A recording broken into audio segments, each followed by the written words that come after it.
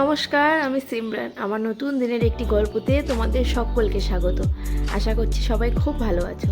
তোমাদেরকে আগের ভিডিওতে দেখিয়েছি যে আমি জলপাইগুড়ি পৌঁছে গেছি, আর আজ কিন্তু আমার মা আর ভাই চলে এসছে আমার কাছে।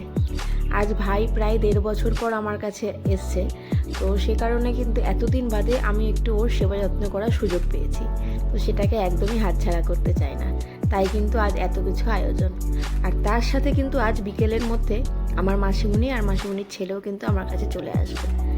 এই যে এখন প্রায় সন্ধ্যে 6টা, এরা দুজন আমার জন্য কিন্তু গিফট নিয়ে চলে এসছে। তো যাই হোক, এরা দুজন কিন্তু আমাদের পরিবারের প্রায় সবার ছোট, আর এরা দুজনই সমবয়সী। তবে ছোট হলেও কিন্তু বড়দের মতো কোনো রকম কর্তব্য করতে এরা কিন্তু পিছু পা হয় না। পরদিন সকাল সকাল কিন্তু আমরা সকলেই রেডি হয়ে আজকে বেরিয়ে পড়েছি একটু ঘুরতে। যাচ্ছি আমরা একটু রোহিণীর দিকে। আর রাস্তাতেই আজকে আমরা ব্রেকফাস্ট করে নিয়েছিলাম, কারণ আমরা একটু তাড়াতাড়ি বেরিয়েছিলাম।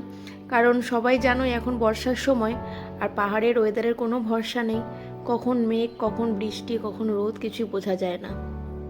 তো সে কারণে আজ একটু তাড়াতাড়ি বেরোনো। আর এই সেই টার্ন, আমরা সকলেই প্রায় জানি এই টার্ন কিন্তু আমাদেরকে পৌঁছে দেয় প্রায় স্বর্গে। তো যাই হোক, আজ যাচ্ছি এখন রোহিণীর দিকে। প্রথমে যাব কিন্তু আজকে তিনধারিয়া ব্রিজে। সেখানে শুনেছি একটা ওয়াটারফল আছে, তো সেটাই গিয়ে আজকে দেখব। রোহিণী টোলগেটটা ক্রস করেই প্রায় 1-2 কিলোমিটার যেতে হবে, তারপরেই কিন্তু রাইট সাইডে একটা রাস্তা আছে, সেই রাস্তা দিয়ে কিন্তু তিনধারিয়া ব্রিজে পৌঁছে যাওয়া যায়। তো সেখানে গিয়ে এই যে ওয়াটারফলটা আছে, এখন আমরা সেখানেই যাচ্ছি, নিচের দিকটায় হেঁটে হেঁটে নামছি। তো দেখা যাক কতটা যেতে পারি।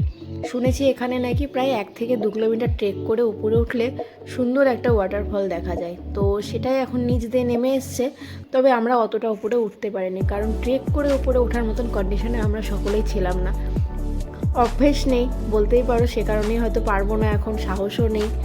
তো সেই কারণে আমরা কিন্তু ওপরেও উঠিনি, আমরা ওখান থেকে ঘুরে বেরিয়ে চলে এসেছি এখন রোহিণী লেকে। তবে দুর্ভাগ্যবশত আমরা কেউই গাড়ি থেকে একদমই নামতে পারিনি, কারণ এখানে পৌঁছে দিচ্ছি প্রচণ্ড বৃষ্টি শুরু হয়ে গেছিলো। তো সে কারণে কিন্তু আমরা রোহিণী লেকে একদমই সময় নষ্ট করিনি। এখন যাচ্ছি আমরা কার্শিয়াংয়ে। কার্শিয়াংয়ের রাস্তার ধারে একটা সুন্দর রেস্টুরেন্ট কিন্তু আমরা পেয়ে গেছি।